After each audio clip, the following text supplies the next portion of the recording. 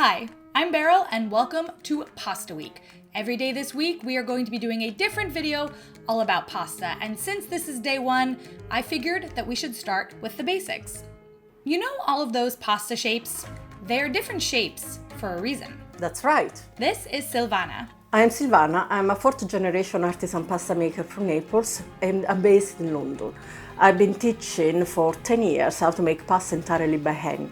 So here's the plan. We are going to go over 7 traditional pasta shapes, and Silvana is going to tell us the more traditional way to prepare them. Ready? Let's do it. So spaghetti is a thin rope-like pasta, about 30 centimeters long, and therefore the sauce that goes with it has to be very smooth and thin too. So you want pesto, you want garlic and oil, you want tomato sauce, you want something that is light. I think that I got spaghetti correct. There was nothing that I was too shocked about. I think it was just the idea that the right way to have it is with a thin, soft sauce. And pesto is a good sauce for that, you know? Yum. Coats it well. I will admit that I am guilty of making some heavy puttanesca style sauces that I now realize are probably not the best to go with a thin pasta like spaghetti. So penne is a tubular pasta about this size, about 4 centimeters long, and whose edges are slanted. And it comes in two versions, the one that is ridged and the one that is smooth. The traditional way to serve penne is a tomato sauce, generally, because the sauce will be trapped by the ridges on the penne. Another traditional way is with vegetables that have the same shape and size of the penne.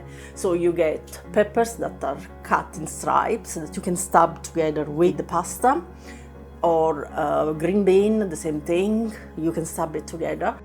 I thought it was really interesting to learn about cutting up vegetables to be the same size as the pasta itself so that you could stab them together for one bite. It's smart. Like, it makes sense when you're doing it. I also really liked learning about the ridges on the penne itself to hold the sauce. Very cool. The farfalle is like a little ball. In Italian, the word farfalle means butterfly, so you got 2 wings and then the middle has been scrunched. Basically, the 2 wings are like 2 scoops. And the fact that the middle is scrunched together, it usually is quite thick compared to the wing.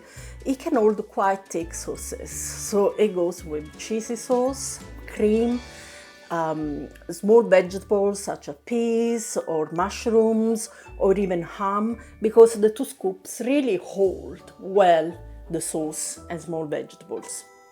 Farfalle is not a pasta that I necessarily tend to reach for. I feel like my most common ones are the orecchiette or like an angel hair. And I also never really have a white sauce, but I like the idea of the wings holding up the peas and the sauce. Now that I'm looking at it while I'm eating it, yeah, like the peas are on the wings. That's cool. She's right. Elbow, translated as gomiti in Italian, or also called chifferi, are small tube of about 1 centimeter, 2 centimeter, bent, slightly bent, exactly as a bent elbow. The traditional way to serve a gomiti or elbow is in soup or one-pot pasta, as Americans call, or even as we call it, minestra. So when I say one-pot pasta, I don't mean placing everything in one place and then put it in the oven and hope for the best. How we do it is always vegetable based. You add the pasta and you finish the cooking all together, and so you get what we call minestra. I cannot tell you how long I've had this elbow pasta in my house. It's because I have never liked it. I always thought it was too small in a soup. Duh. I can't believe I never thought of that. And minestrone is one of my favorites. You know, knowledge is really power. Learning how to use this pasta shape correctly is definitely making me want to use it more, which is cool. Orecchiette is a cup-like pasta. It's quite small, so the concave part of the bowl is smooth, where the convex is quite ridged. That will help the sauce to stick both sides. In Puglia, traditionally, orecchiette is served with turnip tops and pecorino sauce, but we also serve with tomato sauce and pecorino.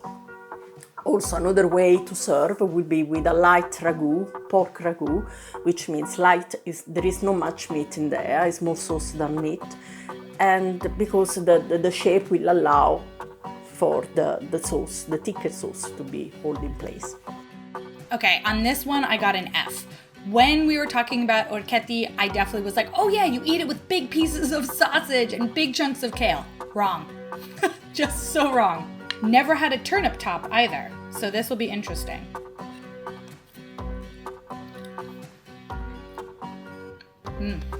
In America, I swear the most common way that you see this pasta served is with sausage and kale, like big pieces of sausage and kale. So, somewhere the lines got crossed, you know? So fusilli is a 4-5 centimeters long pasta, and it has ridges that run around like a spiral, so that creates spaces that are not very wide between the pasta ridges. The fusilli go very well with many sauces, but the ridges, being so narrow, they cannot accommodate all the sauces. So you need to think what fits in there. So tomato sauce is amazing, but also tuna. Because it flakes, it will fit into those spaces between the ridges and will fill it up. Or even onions, because the onions will wind around the ridges and so it will help carry the sauce better. One thing that I've learned since doing this channel is the combination of pasta and tuna, not something I was ever really raised with, and it's good. Like the warm pasta with the cold tuna and all the veggies. This is great. Oh, and you really can see how the tuna is in the swirls of the pasta. Man, it's interesting for me to think about that. I have been somebody consuming pasta my entire life, and these are things that I have never considered. I never really thought to ask the question, why are there all of these different shapes? I just accepted it at face value and ate them however they were served to me. But sometimes when you do have foods the way they are intended to be served, you find all this extra value in them. And that's very interesting. This is a good recipe too. Ruote, which translates as wheels in Italian, it reminds a wheel with the spokes, and is about 0.5 centimeter wide and has about 5 or 6 spokes. The best way to serve the ruote is in a salad. Because it's quite narrow, the sauce will just fall through the spokes. So a typical way of preparing a pasta salad would be with chopping tomato very small, with corns, olives, capers, and adding things like tuna or diced cheese. To be honest, I've actually never bought this pasta before because I literally thought, how the heck do you eat it? No sauce is going to stick on it. What is the point of this pasta? Which is why I asked Silvana to talk about it. I do love a pasta salad though. Visually, this is a very fun presentation versus having just a more typical pasta shape adds a little bit of mystique and intrigue. People are like, whoa, wagon wheels? And you're like, oh yeah, wagon wheels. I had this idea that I would speak to Silvana at the end of the interview and be like, but really at the end of the day, all that matters is that people enjoy pasta, right? Depends.